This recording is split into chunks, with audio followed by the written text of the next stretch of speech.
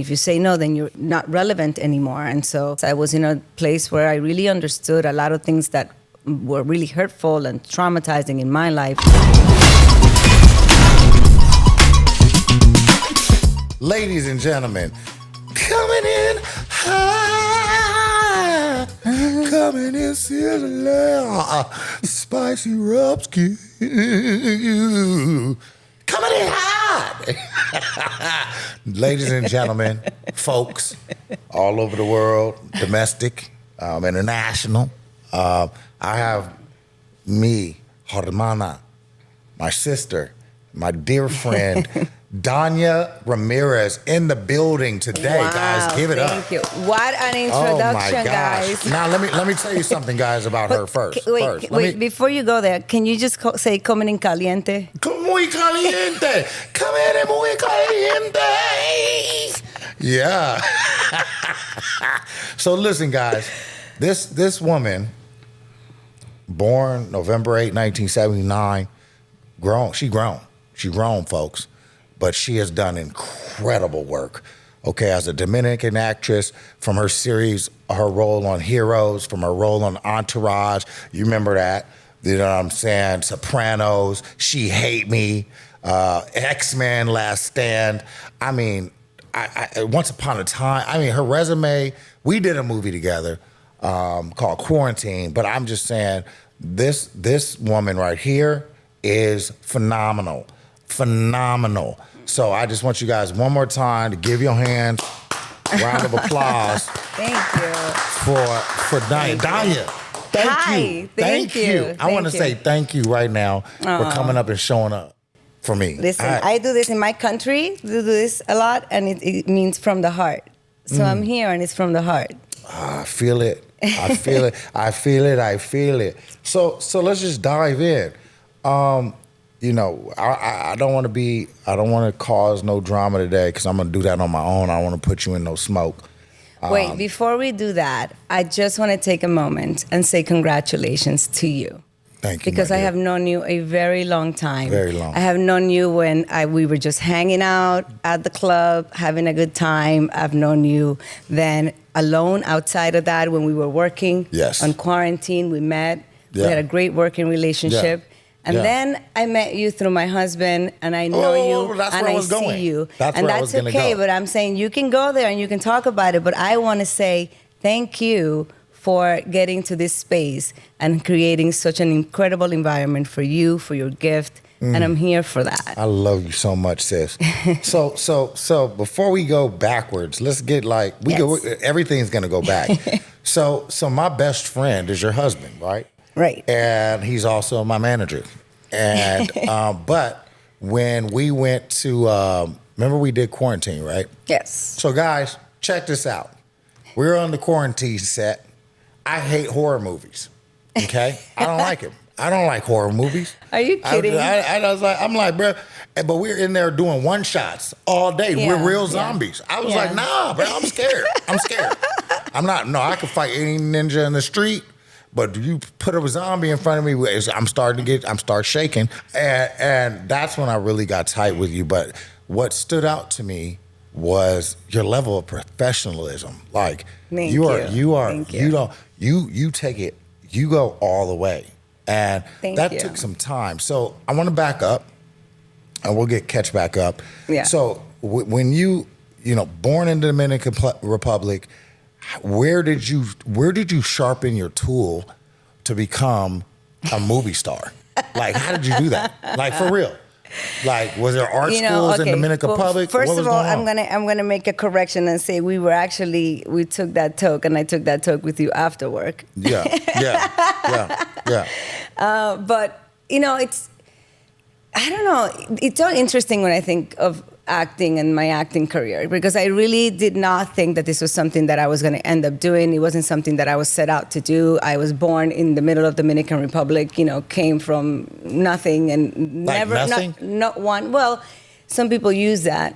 When people say nothing, is it a real nothing? Well, I was very humble backgrounds. You know, my parents immigrated to the States when I was 6 months old. My sister was almost 2.5 years older than I was. My grandmother raised me, my sister, my cousins. I come from a really big family. So we were raised in Cotuí, which is in the middle of the country. And yeah, we had no running water, no electricity. So when I say nothing, I don't mean like on the street, we had a roof over our heads. But, you know, like at one point, I didn't have a toilet. Like we had to go to the thing outside on the ground. And, Wow. You know what I mean? Like Wow. I didn't grow up watching TV or anything like that. So it wasn't something that I felt like it wasn't a career that I thought I was going to be able to have. I didn't grow up like, oh my God, I'm going to be like the movie stars. It just wasn't that for me, you know? I've always been really out there. I, you know, took some time away. Always, I was a loner sometimes. I would just go by myself and like create stories in my head and, you know, What do just you mean make by up that? songs. What do you mean when you say create stories in your head? What do you mean? I was always in my own little world, you know.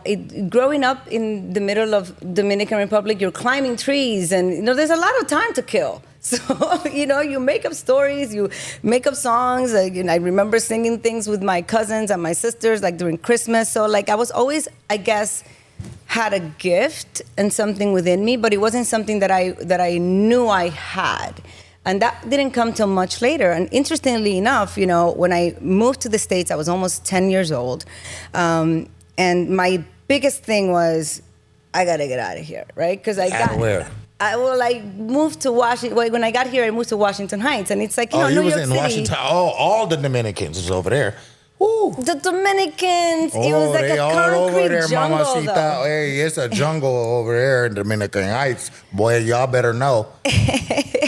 Yeah, I mean, I felt like I went back to being around my people, but it was a completely different environment. You know, in Dominican Republic, you know, you go to the river and, you know, there's a different kind of nature and a different kind of like living. You don't really realize that you don't have money because nobody has money around you Right. when you're around in that environment when you don't have money. Yeah. When you're here, it's very much like everybody's very aware. At least that's what it felt like to me. I was living in these projects that were like behind Bellevue, which is, you know. Oh, you was by Bellevue? Oh, right behind Bellevue. Oh my God. So, I mean, it was cool though. Like, I really didn't know anything, but like, I was just happy to finally live with my parents. You know, That's deep. I missed them. I felt like I was finally getting an opportunity to live and have a mom and a dad that were going to be around. And I think for me, anyway, as a young immigrant, and I know that that's a story for a lot of immigrants, I missed it. I wanted it. You know, Yeah. I felt like I had friends that had it and I Absolutely. wanted it. So for me, it was a big deal. And I didn't care where I was living. We were sharing an apartment with a different family. So it was like me, my mom, my sisters, my dad in one bedroom, and then, you know, A whole nother family in the other one. in the other bedroom. So Wait, so stop right there. So what was the moment where you were like, I can go do something? Like I can go do I'll tell you what. Tell me I that always moment. felt like I could do something. And I think that is something that really was coming. That's what I said. It's like, there must be something from within. Because I was in the Dominican Republic thinking that I could do anything. The minute I was like, you know, I want a better life for myself. I want to do something. I remember we had moved already to Jersey. I was 12 years old and I wanted new sneakers, right? I was like, I was starting high school. I But you just wanted chanclas or what you want? What did you want? You just wanted chanclas? You didn't want no I don't sneakers? chanclas. I wanted sneakers. I wanted sneakers, man. Okay. I was cool. I was Americanizing myself. I wanted to play sports. I was What you at wanted, the park some playing. J's? What you want? What you wanted? What you want? You know, I honestly can't even remember. It wasn't Jordans because I couldn't afford those. So any high top sneakers that I could play basketball with, that's what I wanted.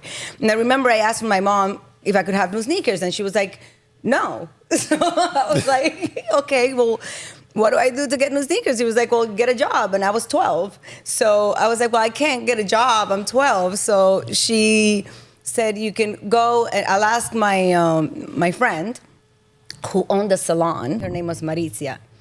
And she has a salon and maybe you could work for her." So then my first job was when I was 12 at a salon. I used to sweep people's hair like You at the sweeping. beginning. Sweeping. And, you know, I made money and I got my sneakers. And honestly, that feeling of like making my own money and being able to buy myself those sneakers really gave me that drive of like, I can do anything I want. Yes. You know? And I think it started with that. So when I was 15 years old and I was working at a sneaker store, because then I got smart and I was like, I can get a discount if I work at Modell's. Claro. Yeah. Obvio.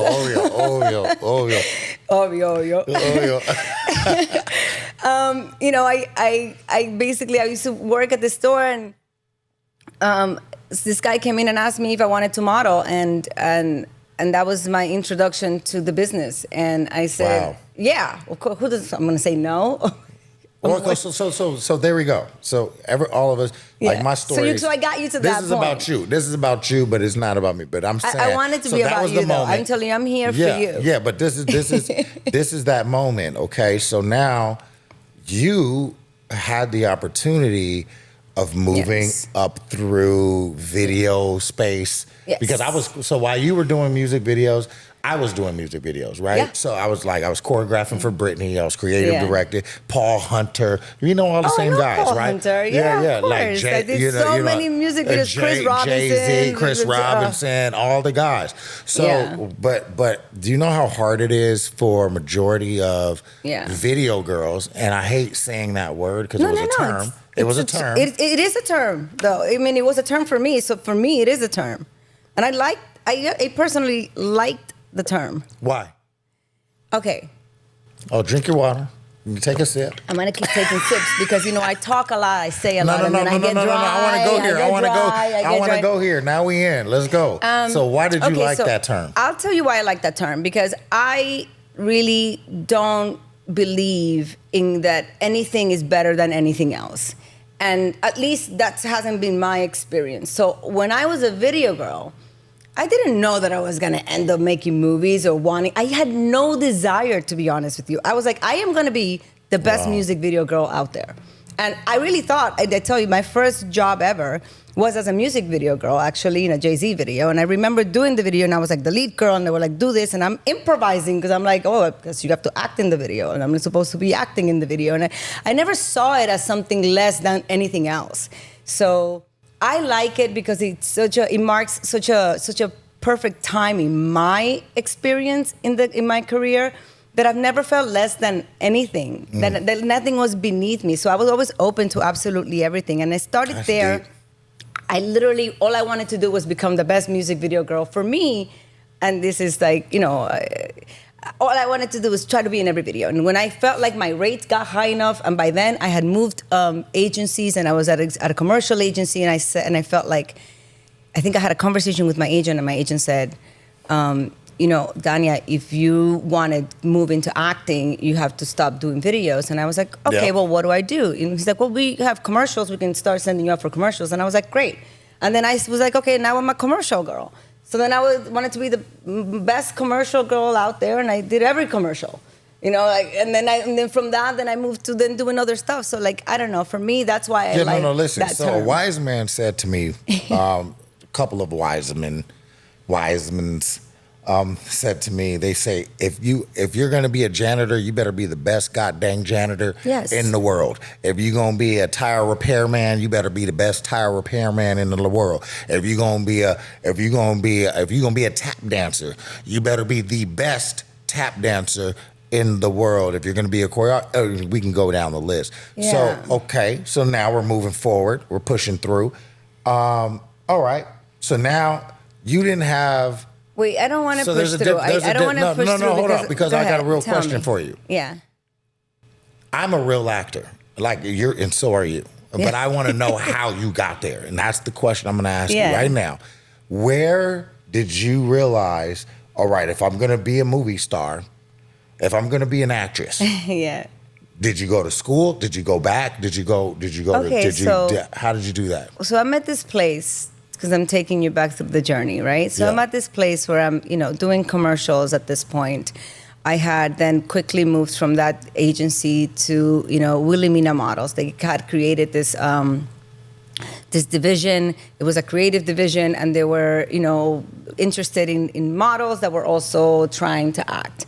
So they started sending me to different go-sees. Go-sees is sort of like for the people that know. You had to go to go-see. Yeah, that's model But for the audition. people that don't know, this is like a modeling let's break down what a go-see is. A go-see is you take your beautiful face and go sit down with a bunch of men or women that are judging you on what you look like and what your personality's like, if we can work with you or not. Yeah. Yeah, it's a book of photos of you, and so we do there. So I go, and if you've ever been to a lot of go-sees in New York City or castings in New York City, you know that there's like one floor because everything is packed, and so there's a bunch of different casting people casting different things all on the same floor.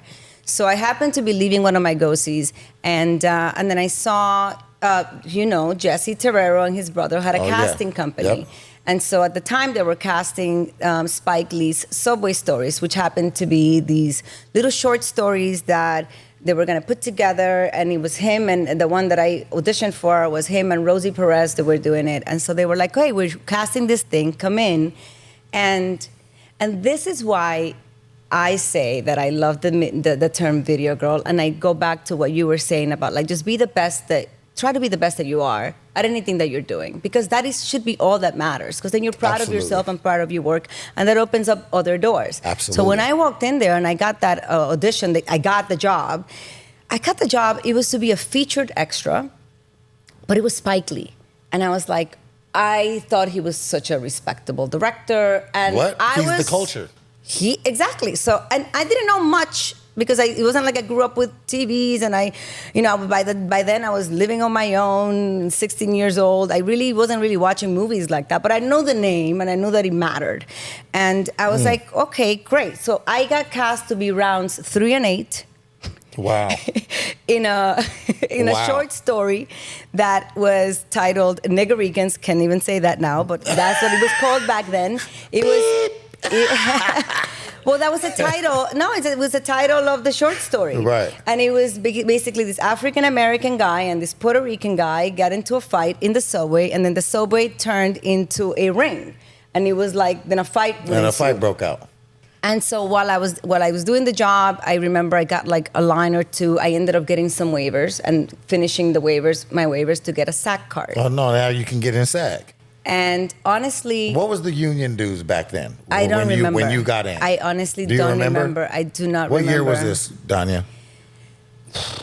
1996. Okay, so maybe. 1996. The dues at 1999 was around pushing $3,000. About that. I don't think it was that much back then. Yeah, that's what it was. I think around 20. It was around that. Yeah. And regardless, I couldn't pay it. I had the waivers, but I couldn't get into SAG. So let's not even. I'm just telling you that they gave me the waivers. I never said that I got into SAG. So anyway. That's funny. So what happened? But Spike spoke to me. And he looked at me, and I had conversations with him where he told me what to do, and I felt like, oh, I'm an actress. Like, there was something about, being so innocent and almost ignorant, like that, not knowing what stars really were, that I think it was that's the magical thing about my career. All right. So you ready to go here? So you worked with my sister. You're my sister. Yeah. You're my sister. But, so Kerry Washington. Okay, yes. Kerry mother-freaking Washington. Olivia Pope, folks. We talking about Olivia Pope. They had to go in. Now, Kerry, just to be real, she was your stories are different, but you lined up. Can we take a moment? Let's just show a clip. You see this crease between my eyebrows? Yes, sir. That comes from worry. You're not going to deepen the crease, are you? That phone call, bad idea. Possible insider trading. I can't let you through. I'm still vice president. You were vice president. Your account is frozen. What? Your account, the assets, everything. Give me my money! Hey, Jack. Hello, Jack. What the hell are you doing here? I want you to be the father of my child. Alex and I, we're feeling maternal. Try a sperm bank.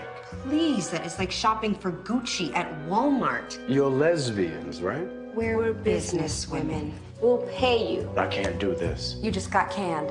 And your current net worth is somewhere between 0 and the gross national debt. I know how to increase your cash flow. Have you lost your damn mind? Willing to pay $10,000 each. Sold. Knocking up a bunch of lesbians?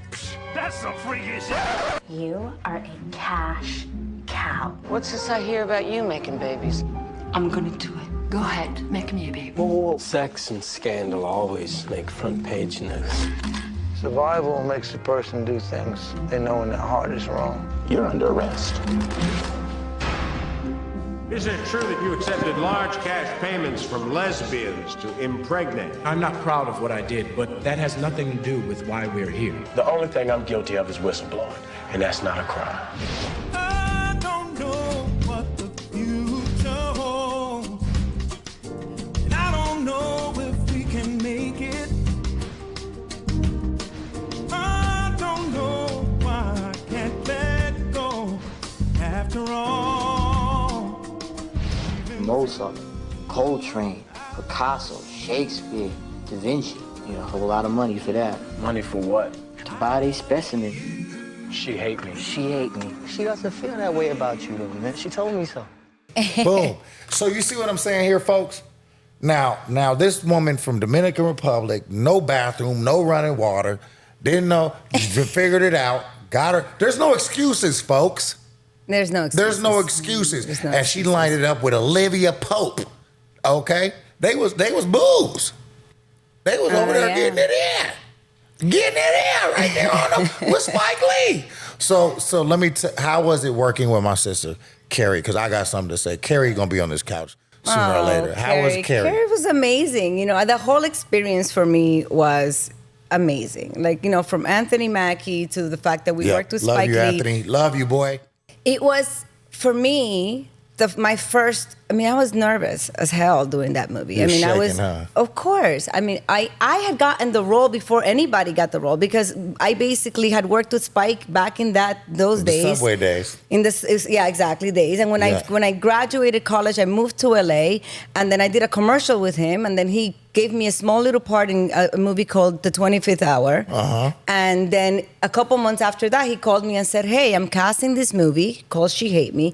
It has a leading role, and you write for it, but I'm not giving you the role. You have to audition and you have to bring it.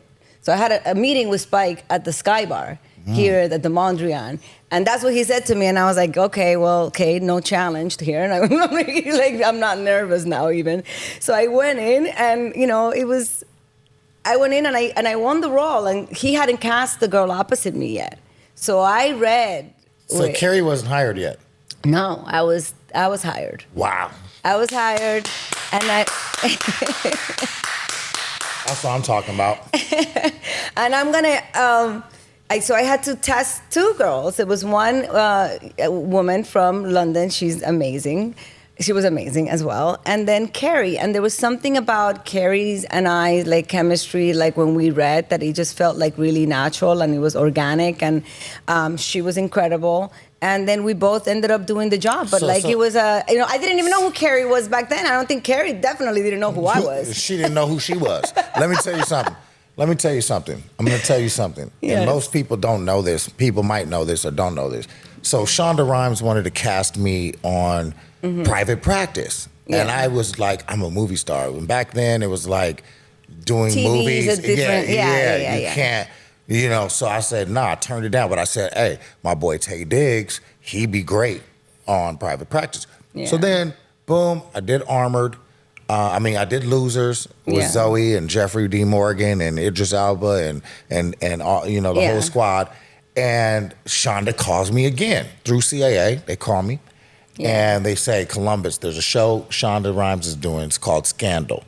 They want you to meet you tomorrow. And I'm like, I'm not doing no TV show. Woke up in the middle of the night, swear to God. The script, remember back when they used to deliver scripts? Yeah. Like messengers, remember? Yeah, of course. Yeah, the messengers. So I was like, you're bringing me back. It was sitting on my side table, right by my bed, and I opened the script. It was like 3:00 in the morning, and I was like, she had me at hello. Long story short, I go to the meeting the next day. Yes. It's Betsy Beers, it's Shonda Rhimes, it's Mary Howard, and I'm like, boom, yep, all right, good meeting. I'm about to walk out the room. I said, who's playing Olivia Price? Who? And they go, well, we're testing five actresses tomorrow or today. Yeah. And I said, who? They said Kerry Washington, Anika Noni Rose, Jill Scott, Kimberly Elise, Gabrielle Union, and forgot who the other one was. Boom. Anyway, long story short, I was like, if it's not Kerry Washington, I'm not doing the show. Period. I didn't audition. I didn't read one word. But I said if it was not Kerry, and why not Kerry? Because of your performances in She Hate Me. You guys were phenomenal. Yeah. Like, so period, point blank, and that's how it goes down. So when you just got it, you can't teach got it, right? Yeah. All right, so now here we are. Yeah. Señorita Bonanita. Okay. You're a mother now. You have twins. Am I? You have okay, by the way, okay. So this is behind the scenes. I would say you're a dad now too, but I think you've been a dad. This is behind the scenes, folks. So I was over their house the other day, and her twins, okay, it's her twins, Guy and Ether. They hooping now. They can hoop. Yeah. So in the middle, but there was no light, and a ball hit me right in my face. Pow! Right in the kisser. Pow! Boom! I didn't feel the effects until these last few days. Now I got nosebleeds. I'm like, man, what? I said I couldn't figure out why is my nosebleed? I never had a nosebleed in my life because Gaia threw a pass to me. I couldn't see it in the dark. Pow! Right in the Gaia's no joke. Might have broke my nose. Gaia's no joke. That girl might have broke my nose. So anyway, you got some tough, brilliant. Are you kidding kids. me? and that's my niece and my nephew. So. How has it been balancing traveling for jobs because you got to go out of the country all the time? Yeah. You're on several shows at the same time, doing a movie here, doing a movie. How do you do that? At this point, I have them both, and I've made it a point that my husband and I kind of got to this space of like, I'm not going away and without you guys anymore. So now we just pull them out of school and we do homeschooling because it really just took a toll on me. It was just too many years of just working and feeling like I was just sending home paychecks, and all I wanted was to be a mom. Yeah. I didn't grow up with my parents.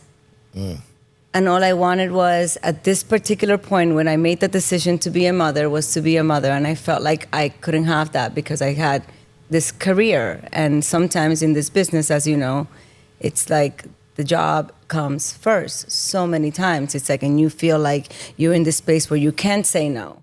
Because then if you say no, then you're not relevant anymore. And so you feel this pressure. And it really took me to a space where I reached a place where I had lost my mind for many other reasons, but I basically made an oath to myself, and I said I'm not going to be without my children, and that's what makes me a better me. And I think it's made me a better actress. I think it's made me a better person. Okay, so what are those practices? So I'm big on mental health here. Yeah. And what? Listen, you're a dad. You've been through a lot yourself. Yeah. And it's nice to see you come to this space. Yeah. I'm going to stop you because I know you. And I know you have a show. Don't tell my business out here. I know you have a show, and I know that you're doing your thing, but I think the world deserves a chance to see you the way I see you. I love and you I for love that. you for that. I love you for that. So hear me out on this. And please explain. I don't want to make him cry or anything. No. Don't you dare do it. Don't you dare do it, girl. So what things did you put into practice? If we talk about mental health. Yes. So for me, I used to be ashamed to say, oh, I'm in therapy, or I'm seeing somebody, or, for mental health. So what practices, and please, you're going to help somebody today. I believe it. Yeah. So what did you put into practice that really changed your life? And then we're going to get to the book. I think, that's one of the reasons why I'm writing the book at this point, because I'm clear what my message is, and I'm really clear on who I am and where my real strength comes from. How? Because I got to a place where I felt it was a place of no return, and I made a commitment to myself and left to go to India and check myself into a holistic center at the IVAC Center in India. Was there for 21 days. not because I was battling with any substance or Like anything. a drug addiction or nothing. No, but because I was, had gotten chronically depressed. I was in a place where I really understood a lot of things that were really hurtful and traumatizing in my life.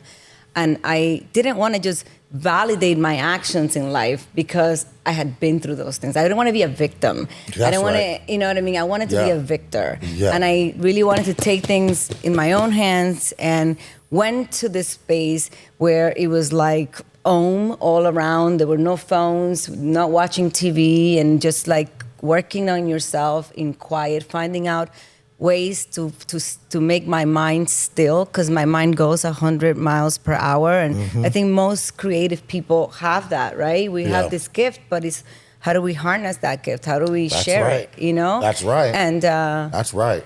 and for me, it was just trying to find meditation and really understanding what meditating really was, and not like judging myself if I came back. Because the thing is, when you come back from India, you're in India, you're like, like all day long. But now you're back in the then real, you're back you're back here, and it's like back in the grind and back in the machine. And how do you keep that same peace and stay in your core? And I continuously meditate. I try to meditate every day. If I can't meditate with my legs crossed and my palms up and in quiet, I play Om in the background. When I show up on set in the mornings, I have a ritual. That's what I do before I even start my hair and makeup.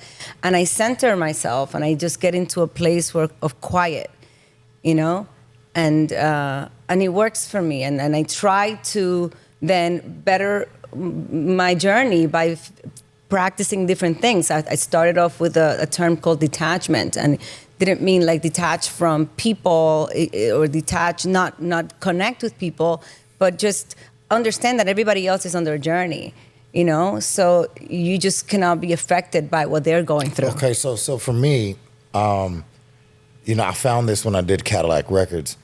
I wanted to be so great with Beyonce and Jeffrey Wright and Adrian Brody and freaking, man, you should have wanted to be great with everybody. Yeah, no, but I wanted to be like, I was like, this is we're trying to go get trophies. I play for keeps.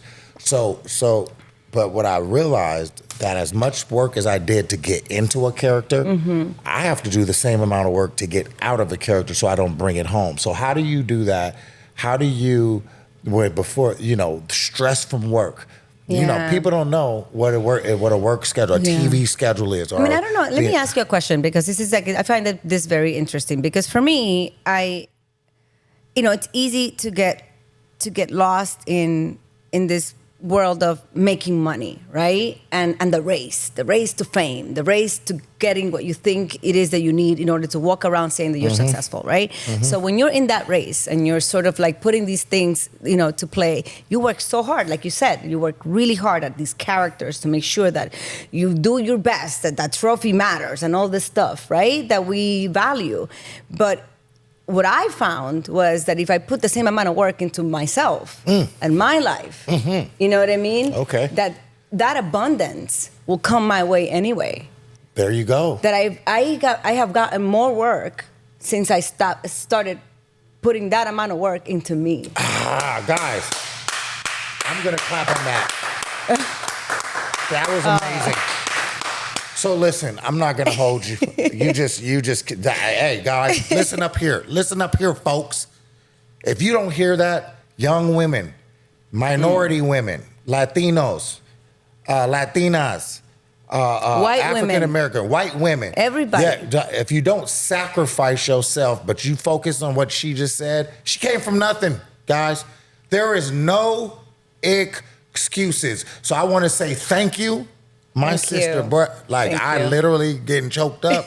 So we gotta wrap this up. I love you.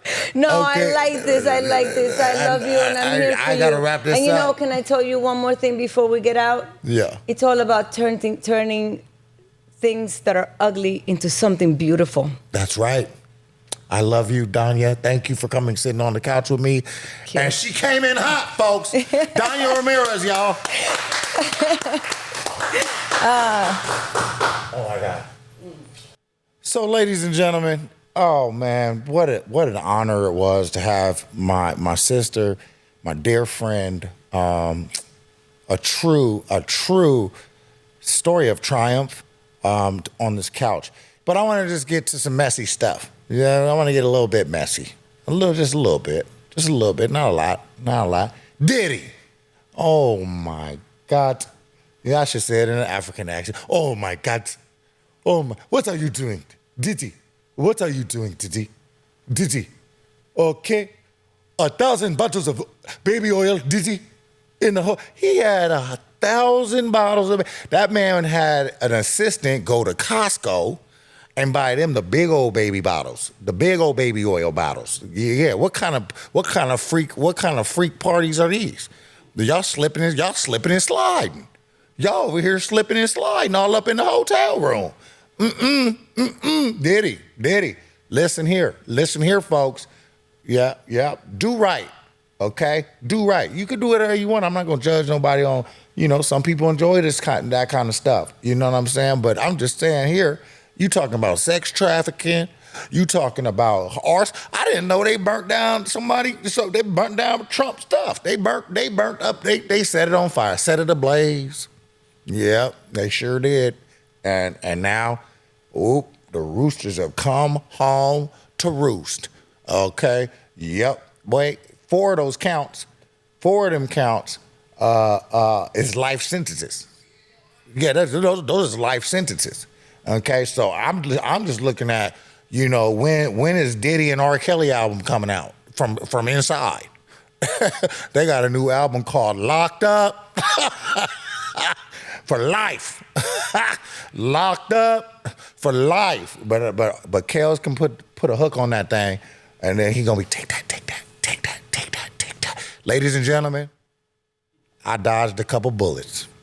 I didn't know what his intention was. When he drugged me, he did drug me, but I got out of there. I knew because I used to drink heavily, and I knew this night. I said I hadn't drank all night, so how I get one shot, and I'm over here spinning. I'm getting dizzy. I said because Diddy wanted to get busy. Okay, folks. Yeah, we're putting this on the show. This is what Comin In Hot is all about. I ain't scared of nobody. He going away for life.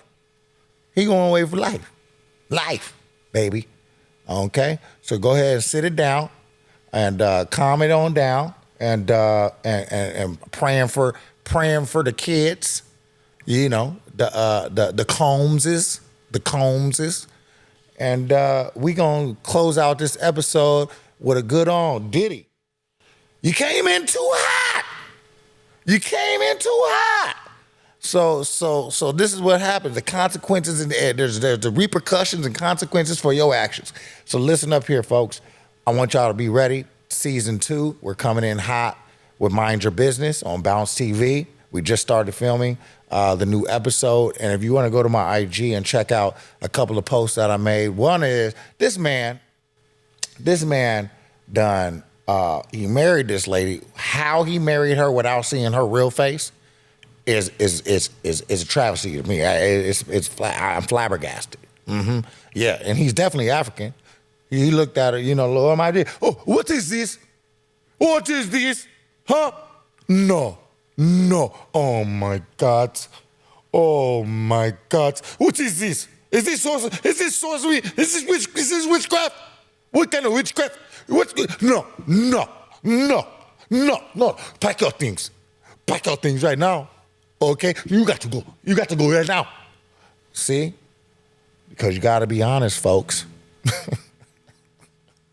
You got to be honest, man. All the makeup, you know what I'm saying? We got to get off IG. We got to get IRL. It's called in real life. What do you look like? Better not be looking like that, because that is going to be a problem. So I can't wait to see you guys on my next episode of Comin In Hot with your boy, Columbus Short, Co-Create Studios. Shout out to my partners. Boom, we in the building, guys. And we doing something. We're doing something special. We're going to keep doing something special. We're going to keep inspiring. We're going to keep motivating. We're going to keep talking about the things that we don't want to talk about, which is mental health. depression, bipolar disorder, anxiety, PTSD, all of these things. I'm going to bring on some leading professionals to sit down and really break it down to you. We got to get educated, guys. You're not alone. Just know that. You're not alone. Coming in hot, Columbus Short.